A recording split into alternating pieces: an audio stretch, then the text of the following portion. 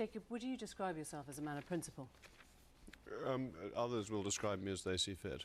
You've taken a principled stance, haven't you, against the EU? You've been principled against Theresa May's deal. You said it would turn the UK into a slave state, the greatest vassalage since King John. You've said all that. That's all correct. I think the deal is terrible. You told me in December that nothing was going to be worse than that deal. Well, remaining in the European Union is worse. Well, you didn't say that at the time. Well, you evoked slavery. You used language that said there would be no way back. That's absolutely true. The deal is a bad deal. We pay £39 billion for nothing. We retain for 21 months the slave state that you refer to. And we have an Irish backstop that has no specific end date. This is a bad deal, but it is legally out of the European Union. When we spoke in December, it looked as if the alternative was Mrs May's deal or leaving without a deal, and I've never been frightened of that. And I thought we could leave tomorrow at 11 o'clock, as British voters expected, without a deal. Okay. That is now clearly off the table. The Prime Minister has removed it and Parliament has voted against it. I'm just going to repeat this because it matters, Jacob. You evoked slavery. Yeah, we now, will be. Of course, people are allowed to change their mind, and we want our parliamentarians to be able to compromise. But you didn't say, well, I'm not quite sure. No, you said it would turn the UK into a slave state, and then you consider voting for it. For 21 months, our laws under this deal will be made without us having any say over it. That is true. So you are going to sign up to terrible something that will put the UK into a slave state. Well, after 21 months, that will end. You whipped up hatred and fear with language like that. You know what it's like to face abuse. No, frankly, I didn't. That's simply not true. That if anyone's whipping up hatred, it's the BBC, who compared the ERG just last week to the National Front in France. If we're getting silly language, it's from the BBC. I'm sorry, if you're following Did not the BBC say that? This deal is going to turn us into a slave state. So what do they say now? They say it's a bad deal.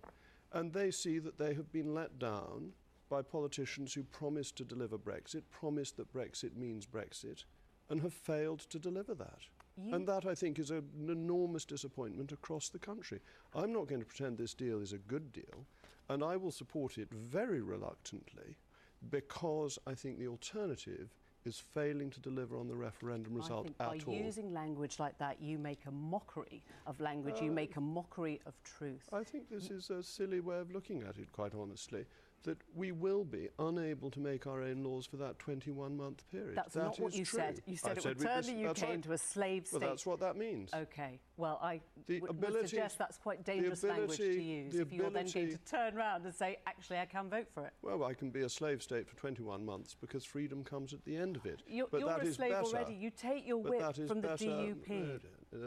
You take your whip from the DUP. They're a party in Northern Ireland, and you're an English Conservative MP. I do not take my whip from the DUP. You're following them to see what you should do next. The DUP provide confidence and supply to the Conservatives. We are in a close degree of alignment with the DUP. There are many things we agree with on the DUP about, but I don't take my whip from the DUP. I take it from the Conservative Party. I was elected on a Conservative ticket. Because the Prime Minister is offering you a deal that you can't vote for unless the DUP goes first. The DUP are obviously the custodians of the Union, that is very important to them.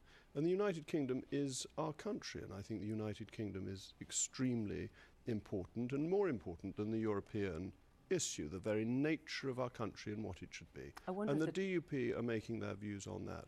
I wonder if the truth is actually that you've just been outmanoeuvred, that you're not actually a very good strategist, that you have failed to remove the PM in a no-confidence motion, and you've failed to kill a deal. But none of this is about my being a strategist or my being a tactician. That's complete irrelevance. What this is about is delivering on a referendum result that 17.4 million people voted for. It's not about individuals. It's about the great mass of the British people. It's not delivering. Dom Cummings wrote yesterday, you lot are Remains useful idiots. So you are actually delivering the opposite of what you wanted. Well, no, I think Mr Cummings has actually said that voting for the deal will allow us to come out in the end. I think that's correct, and that the backstop is endable. And I may narcissists. Mr Cummings has a fine level of abuse. A moment ago you were saying you didn't approve of abuse, and now you're quoting abuse. There seems to be an element of humbug in that, I'm just asking you what you make of somebody who says that you're Remains useful idiots, because that might be the way that it comes across. Mr Cummings was a very effective campaigner and very important in getting the referendum result. if he wishes to criticise me, he's completely entitled Well, to. as it turns out, Theresa May has pretty much chosen her own time to leave. Do you believe the next Conservative leader can be a Conservative, can be a Remainer? Well, I thought at the last Conservative Party leadership election that we ought to have had somebody who believed in leave rather than somebody who believed in remain. I think to get the second stage of this through, we need somebody who believes in our future outside the European Union. And you're backing Boris Johnson? There isn't yet a contest, so wait and see. But you're minded to back Boris Johnson? I think Boris Johnson is an enormously capable campaigner who was able to win in London twice. I admire him greatly. But there isn't yet an official contest, so a little patience, I think, is necessary. Sarah Wollaston, if it does